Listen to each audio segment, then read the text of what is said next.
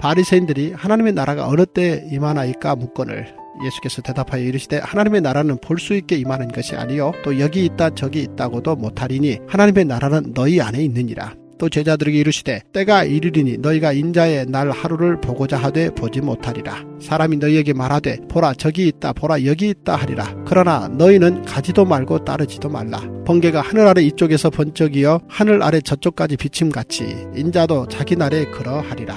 그러나 그가 먼저 많은 고난을 받으며 이 세대에게 버림바 되어야 할지니라. 노아의 때에 된 것 같이 인자의 때에도 그러하리라. 노아가 방주에 들어가던 날까지 사람들이 먹고 마시고 장가들고 시집가더니 홍수가 나서 그들을 다 멸망시켰으며 또 롯의 때와 같으리니 사람들이 먹고 마시고 사고 팔고 심고 집을 짓더니 롯이 소돔에서 나가던 날에 하늘로부터 불과 유황이 비오듯 하여 그들을 멸망시켰느니라. 인자가 나타나는 날에도 이러하리라. 그날에 만일 사람이 지붕 위에 있고 그의 세간이 그 집 안에 있으면 그것을 가지러 내려가지 말 것이요 밭에 있는 자도 그와 같이 뒤로 돌이키지 말 것이니라. 롯의 철을 기억하라. 무릇 자기 목숨을 보존하고자 하는 자는 잃을 것이요 잃는 자는 살리리라. 내가 너희에게 이르노니 그 밤에 둘이 한 자리에 누워 있음에 하나는 데려감을 얻고 하나는 버려둠을 당할 것이요 두 여자가 함께 맷돌을 갈고 있음에 하나는 데려감을 얻고 하나는 버려둠을 당할 것이니라. 그들이 대답하여 이르되 주여 어디 오니이까? 이르시되 죽음 있는 곳에는 독수리가 모이느니라 하시니라. 네, 우리가 그 시국인 만큼 오늘은 당일 큐티 본문이 아니라 어제 주일 본문이죠. 3월 15일 큐티 본문을 좀 한번 살펴보려고 하는데요. 제가 요즘에 사건을 겪으면서 또다시 확인하는 게 뭐냐면 우리가 가장 귀 기울이면서 들어야 될 메시지가 바로 장차당할 환란의 말씀이라는 거예요. 왜 그걸 느끼냐면요. 제가 이제 어제 방에 있다가 그 엘빈 토플러의 마지막 유작이죠. 부의 미래라는 책을 이 책꽂이에서 빼서 이제 다시 한번 읽어봤는데 놀라운 사실이 뭐냐면 이게 2006년 4월 25일에 출간된 책입니다. 그러니까 이제 지금으로부터 15년 전에 쓰여진 책이죠. 그런데 이 책을 보면 이미 2020년을 마치 본 것처럼 미래에 있을 재앙에 대해서 전부 경고를 해놨더라고요. 특별히 그때 엘빈 토플러가 가장 경계했던 게 그 세계화 속에서 이 중국의 부상이었거든요. 이제 말하자면 이런 거죠. 예전에 이제 세계화가 없었던 시절, 즉 세계 이제 경제나 정보 문화가 지금처럼 연결되어 있지 않았던 시절의 특징이 뭐냐면 어느 시대나 그 시대를 제패했던 제국들이 있었거든요. 예를 들어서 한때는 알렉산더가 이런 헬레니즘 제국이 세계를 지배했다면 그 다음에는 이제 로마 제국이 지배하고 쭉 나중에는 대영 제국도 일어나고 이런 식으로 그 시대마다 제국들이 일어나는데 문제는 뭐냐면 제국은 언젠가는 반드시 데카당스라고 도덕과 윤리의 타락이 일어나면서 나라가 쇠퇴하는 운명을 맞이하게 돼요. 여러분 지금까지 윤리적인 타락을 막아냈던 제국은 없었어요. 그런데 윤리적 타락이 일어나면 반드시 그 나라는 망하거든요. 그래서 영원한 제국이 없었던 거예요. 그런데 그때는 세계가 이렇게까지 연결되어 있지 않았기 때문에 대제국이죠. 제국에 몰락한다 할지라도 이게 세계의 몰락으로 이어지진 않았어요. 로마가 무너졌다? 그러면 그냥 로마 하나가 무너지는 거예요. 그런데 엘빈 토플러가 세계화에 대해서 경고한 게 뭐냐면 미국이든 중국이든 이 나라가 부강해지면서 반드시 타락이 일어나고 쇠퇴기가 온다라는 거예요. 근데 문제는 뭐냐면 이전과는 다르게 세계가 미국이나 중국과 하나로 묶여버렸다는 거예요. 그러면 어떤 일이 일어납니까? 미국이 망하거나 중국이 망하면 세계가 같이 망해버리는 거예요. 그리고 한 나라에서 이렇게 치명적인 바이러스가 돌면 전 세계적인 재앙이 된다라는 거예요. 그러니까 이것에 대해서 미리 경고를 했었습니다. 그럼에도 불구하고 우리는 더 많은 부를 누릴 수 있다는 이 장밋빛 메시지에만 귀를 기울이고 거침없이 전 세계를 하나로 묶어버렸어요. 그런데 장차원 환란의 메시지를 완전히 무시했기 때문에 우리가 지금 이 전 세계적인 이 바이러스라는 무서운 대가를 치르고 있는 거예요. 제가 이걸 다시 읽으면서 느낀 게 뭐냐면 정말 우리의 고질적인 문제는 이거구나. 장차 받을 복이 있다라는 말씀에는 열광을 하는데 장차 우리에게 다가올 환란이 있다라는 말씀에는 귀를 막는구나. 다 잘 될 거야. 좋은 일 있을 거야. 이러면서 이 복음의 본질인 장차 당한 환란을 외면한다라는 거예요. 그래서 성경이 말하는 정말 어리석은 사람이 누굽니까? 예를 들어서 누가 복권에 당첨됐다는 얘기를 들어요. 남이 당첨됐어요. 그러면 사람들마다 그거를 내 이야기로 듣고 내 이야기가 되기를 원해요. 좋은 이야기는. 그런데 성경에서 장차 당할 환란에 대한 말씀을 주시는데 그걸 나에게 주시는 말씀? 내가 장차 당할 일로 여기는 사람이 별로 없는 거예요. 그리고 설교 시간에 이런 말씀을 전하면 아니 살기 힘들어 죽겠는데 왜 맨날 부정적인 얘기만 하냐고. 일주일에 한 번 교회 오는데 좀 용기 주는 말씀, 위로하는 말씀 좀 주면 안 되냐고 하면서 장차 당할 환란의 말씀을 외면하는 거예요. 그런데 장차 당할 환란의 말씀에 대해서 듣지 않으면 우리가 어떻게 되겠습니까? 지금처럼 경고해 주신 말씀이 실제로 일어났을 때 준비가 돼 있지 않으니까 외면하고 살았으니까 그때는 정말 통곡할 일밖에는 할 수 있는 게 아무것도 없는 겁니다. 그런데 성경에 기록된 환란의 말씀들을 평소에 나에게 일어날 일로 듣고 준비가 된 사람은 경고했던 환란이 진짜로 일어나는 그날에 일어날 일이 일어났구나. 나는 이미 준비가 되어 있지 하면서 담대하게 그 때를 맞이할 수 있다는 거예요. 그래서 성경이 베풀어주는 최고의 복음이 뭐냐라고 하면 장차 올 환란을 미리 예언해 주시는 게 하나님이 우리에게 베푸신 최고의 사랑이에요. 그런데 오늘 말씀을 보면 역시나 예수님께서 귀한 복음을 베풀어 주시는데요. 오늘 말씀이 경고하는 게 뭡니까? 노아의 때에 홍수가 갑자기 온 것처럼 어느 날 갑자기 소돔과 고모라에 불과 유황이 비 오듯 쏟아졌듯이 재앙의 날이 너희들에게 올 것인데 그때 도망가 있는 사람은 산다는 거예요.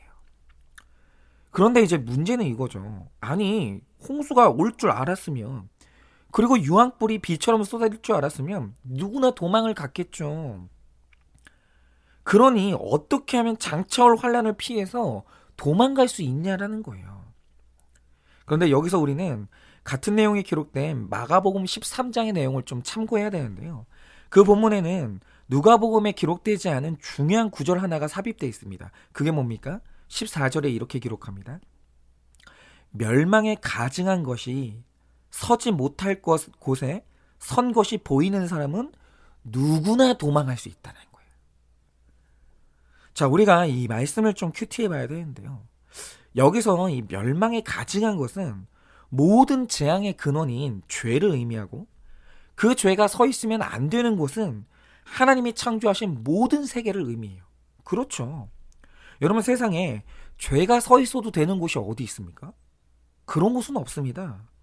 내 마음에도 내 가정에도 내 직장에도 멸망에 가증한 죄가 있으면 안 되는 거예요. 그런데 문제는 뭐냐면 내 마음에도 내 가정에도 세상 어디에도 멸망에 가증한 것이 있다라는 거예요. 그런데 오늘 예수님이 말씀하시는 게 뭐냐라면 지금 멸망에 가증한 것이 서지 못할 곳에 서 있는데 어디에나 있는데 그게 보이냐는 거예요. 지금 내 마음 안에 나를 멸망시키는 멸망에 가증한 죄가 있거든요. 그러니까 있는 사람이 있고 없는 사람이 있는 게 아니라 다 있는데 보이냐라는 거예요. 보이는 사람이 있고 보이지 않는 사람이 있는 거예요. 그런데 이게 안 보이면 회개하라고 돌이키라고 하는 오늘 말씀이 내 말씀으로 절대 안 들려요. 야, 안 보이는데 내가 어떻게 회개를 해요? 야, 안 보이는데 뭐하러 돌이켜요? 이 말씀이 안 들리는 거죠. 그런데 내 안에서 멸망에 가증한 것이 서 있는 걸 보는 사람이 있다는 거죠. 여러분 그 사람은 회개하라고 할 때 이게 내 말씀으로 들려요. 그러면서 회개라는 살길을 도망할 수 있고 예수 그리스도라는 구원의 이 줄을 붙들게 되는 거죠. 그런데 내 안에서 그게 안 보이면 회개해야 될 사람, 예수님을 붙들어야 될 사람이 나라는 사실조차도 모르는 거예요. 그런데 어떻게 몸이 움직이고 마음이 움직입니까? 여러분 그런 사람들이 교회를 오잖아요. 그러면 예배를 어떻게 드리는지 아십니까? 구원받겠다고 예배를 나와요. 나오지만 자꾸 있잖아요. 예배 자리에 나와서도 간절한 마음으로 구원 얘기를 붙드는 게 아니라 자꾸 두고 온 세상의 세간이 생각나서 계속 그 세간을 생각하는 거예요. 여러분 세상에 대해서도 마찬가지입니다. 오늘 말씀에 롯의 아내가 나오는데 여러분 롯의 아내가 도망갔습니다. 그것까지는 성공을 했어요. 그런데 왜 잘 도망가다가 뒤를 돌아봐서 소금 기둥이 됐습니까? 그녀의 눈에는 소돔과 고모라에서 멸망에 가증한 것이 안 보였던 거예요. 왜요? 창세기 13장을 보면 뭐라고 기록되어 있냐면 소돔과 고모라 땅이 겉보기에는 여호와의 동산같이 보였다라는 거예요. 그렇죠. 내 눈에는 저 땅이 여호와의 동산으로 보이는데 롯은 저희가 멸망할 땅이라고 도망가자고 하는 거예요. 나는 안 보이는데. 그러니까 처음에는 끌려가긴 하지만 결국에는 뒤돌아보더라는 거죠. 여러분 그런데 소돔과 고모라 안에서 그 좋아 보이는 땅 안에 멸망에 가증한 것이 서 있는 게 보인다? 그래서 여호와의 동산 같은 소돔과 고모라를 떠나 하나님이 도망가라고 명하시는 그 보잘것없는 산으로 도망을 간다? 여러분 그게 바로 택자인 거고 하나님이 구원의 눈을 열어주신 건데 당연히 롯의 아내는 그게 안 보이는 거예요. 안 보이면 뒤돌아보죠. 여러분 바로 이겁니다. 여러분 솔직히 세상에 좋은 게 한두 가지입니까? 저만 해도 뭐 요즘에 무슨 뭐 신차들이 쏟아지더라고요. 근데 저도 남자라서 자꾸 그 신차 구경을 하게 돼요. 아 근데 그게 정말 너무 갖고 싶더라고요. 제가 한데도 제가 가질 수 있는 건 없는데 너무 가지고 싶은 거예요. 그러니까 세상에는 그것뿐만 있겠습니까? 가지고 싶은 게 너무 많고 좋은 게 너무 많은 거예요. 세상이 있잖아요. 꼭 여호와의 동산 같아 보여요. 여기서 다 누리고 싶고 여기 있는 거 다 갖고 싶어요. 그런데 이상한 게 뭐냐면 시간이 되면 자꾸 이 좋은 세상에서 눈을 돌려서 큐티라는 작은 산으로 오시는 분들이 있고 예배와 목장이라는 보잘것없는 산으로 자꾸 도망오는 분들이 있어요. 세상이 그렇게 좋은데. 그리고 올 때는 뒤도 안 돌아보고 와요. 즐거운 마음으로. 왜입니까? 그분들은 그 좋아 보이는 세상 속에서 멸망에 가증한 것을 본 거예요. 그게 지금 보이는 분들은 뒤돌아보지 않고 오는 거예요. 그러면 제가 여기서 중요한 질문을 우리가 해야 되지 않습니까? 여러분과 저는 우리 안에 있는 멸망에 가증한 것이 선 것을 보고 있냐라는 거예요. 저 좋아 보이는 세상 한가운데 서 있는 그 본질, 멸망에 가증한 것을 보고 있냐라는 거죠. 제가 예전에 이제 어떤 나눔을 들었냐면 한 여자 성도님이 이제 그러시는 거예요. 어느 날 남편이 자기를 너무 외롭게 한다는 거예요. 그러니까 이게 외로움이라는 통로로 음란이 자꾸 들어오는데 왜 그거 있잖아요. 처녀 시절에 느꼈던 이 남자들을 향한 그 설레는 마음을 다시 느끼고 싶다라는 거예요. 그 남자와 썸을 탈 때 느끼는 그 긴장감 있죠. 그걸 이제 다시 느끼고 싶고 누군가를 만나서 내가 아직도 매력 있는 이게 여자라는 사실을 확인받고 싶다라는 거예요. 자꾸 그 유혹이 올라온다는 거죠. 그런데 이분이 내 안에 서 있는 것이 그 멸망에 가증한 것이라는 걸 본 거예요. 그래서 어떻게 했냐라고 하면 목장이라는 소그룹으로 도망을 간 거예요. 그리고 거기서 오픈을 한 겁니다. 내 안에 이 음란이라는 멸망에 가증한 죄가 서 있다고. 나를 좀 도와달라고 오픈을 한 거예요. 그러니까 그 소그룹 사람들이 어떻게 했겠어요? 일단 다 같이 달려들어서 편 들어줘야죠. 그 남편 욕하는 거예요. 소그룹이 뭡니까?